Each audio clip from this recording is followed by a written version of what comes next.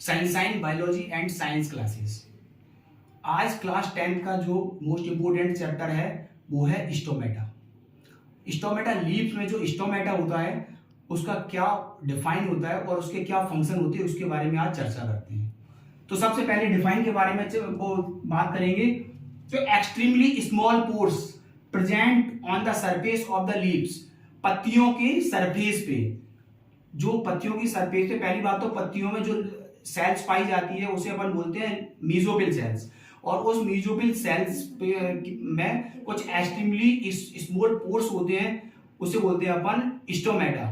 जब एक लीव्स का जब एक स्ट्रक्चर आपके सामने प्रस्तुत है और इसको जब माइक्रोस्कोप्स के हेल्प से जब इसकी इतनी सी एक स्लाइड को काट के जब देखते हैं तो उसमें से इस प्रकार का स्ट्रक्चर दिखाई देता है जिसमें कि एक्सट्रीमली स्मॉल पोर्स स्टोमेटा, कई प्रकार की मिलियंस ऑफ स्टोमेटा पाए जाते हैं। जो स्टोमेटा का काम जो रहता है वो रहता है गैस को एक्सचेंज करना। तो सबसे पहले बात इसके बारे में की जा रही है कि फंक्शन ऑफ स्टोमेटा।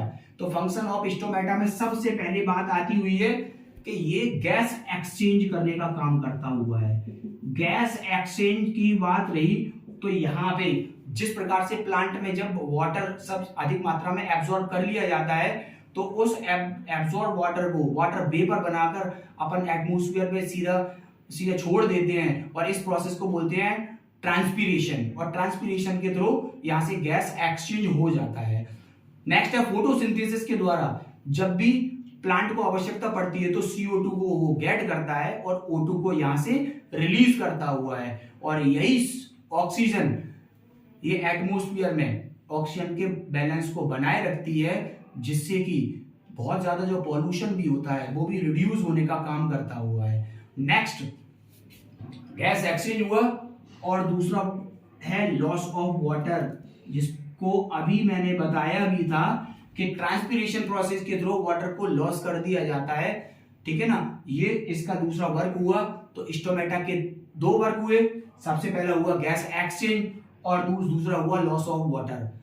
अच्छा, जब स्टोमेटा की स्ट्रक्चर के बारे में चलते हैं तो इसके सेंटर पे जो स्ट्रक्चर होता है ना उसे बोलते हैं स्टोमेटल पोर्स। इसी पोर्स के द्वारा वाटर को वाटर वेपर बना के ये सीधा सीधा वाटर वेपर बना के एटमॉस्फेयर में छोड़ दिया जाता है।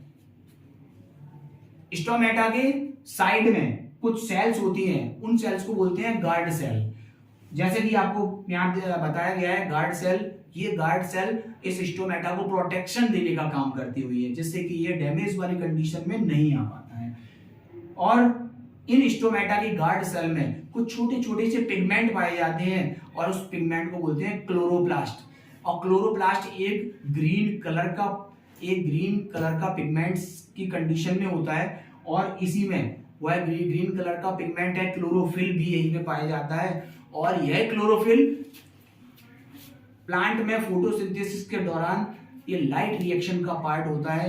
लाइट रिएक्शन का पार्ट यूं का है कि सनलाइट की प्रेजेंस में प्लांट अपना फूड बनाते हैं, प्लांट अपना ऑन फूड बनाते हैं, जिसे कि अपन ग्लूकोज के रूप में भी जानते हैं, जिससे कि अपन जो कि किसकी प्रेजेंस में, क्लोरोफिल की प्रेजेंस में ही ये पाया जाता हुआ है।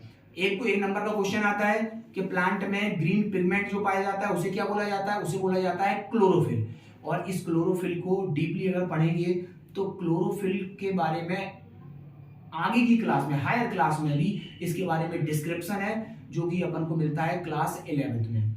इसीलिए आज ये स्टोमेटा की ये पूरी प्रोसेस यहाँ पे समाप्त हुई, और नेक्स्ट वीडियो जो आपके सामने स्मॉल वीडियो भी आने वाला है, और जिसको किसी भी प्रकार की प्रॉब्लम्स है वो कमेंट बॉक्स में जाके कमेंट कर सकता है, और उसकी समस्या का सॉल्यूशन भी होगा, और उसी टॉपिक का एक छोटा सा वीडियो बना के भी तैयार मैं करूंगा। और अभी जिन लोगों ने सब्सक्राइब नहीं किया है इस चैनल को, उसको सब्सक्राइब भी करें, जिससे कि लेटेस्ट वीडियो आपके पास बहुत अच्छे से पहुंच सके। तब तक के लिए नमस्कार।